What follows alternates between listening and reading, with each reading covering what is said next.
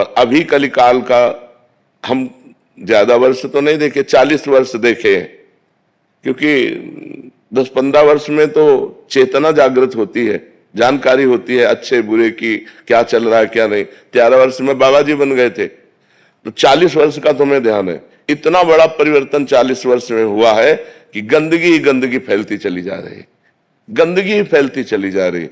नए नए बच्चे, छोटे छोटे बच्चे इतने गंदी आदतों के शिकार होते चले जा रहे हैं जो कभी स्वप्न में भी नहीं सोचा गया था। नई नई बच्चियां ऐसी गंदी हरकतों से युक्त होती जा रहे जो कहीं कहीं गुंजाइश ही नहीं थी।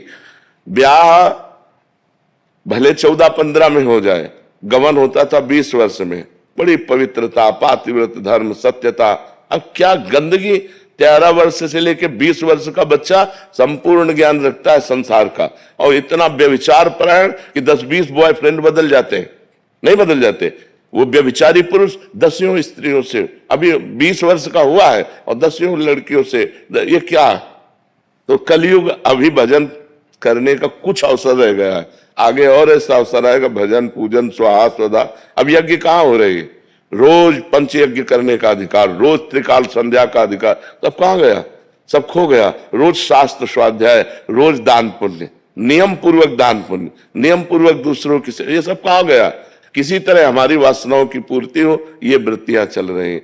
तो भगवत प्राप्ति करने का अवसर इस मनुष्य जीवन में है। बहुत सावधानी पूर्वक हम चलें, परोपकार करें, मांस मदिरा इनका सेवन न करें, पराई माता बहनों के साथ बेविचार वृत्ति न रखें, नाम जप करें तो हो सके। और भी कलयुग के 5000 वर्ष से कुछ ऊपर हुए हैं, 4,32,000 वर्ष की आयु, हाहाकार मच जाएगा।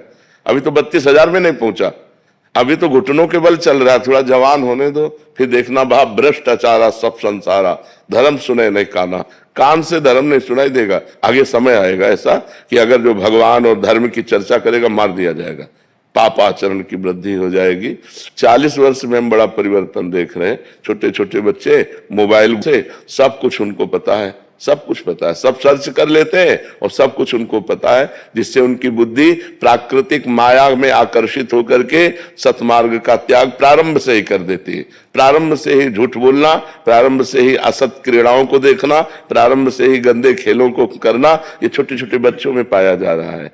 इसलिए बहुत सावधानी पूर्वक अगर जो बचा पावे अपने मन को और प्रभु में लगा पावे तो धन्याति धन्य जीवन है, नहीं तो सब व्यर्थ जीवन है। तो अगर हम धीरे धीरे से मन को नाम में फंसा पा जाए तो हम विजयी हो जाएंगे। नहीं तो जबान से नाम चल रहा है, अंगुली माला में चल रही, मन संसार में चल रहा है। जब तीनों का एक मिश्रण हो जाए, जो अंगुली में, वही जबान में और वही हमारे मन में, तब भगवत प्राप्ति होती है।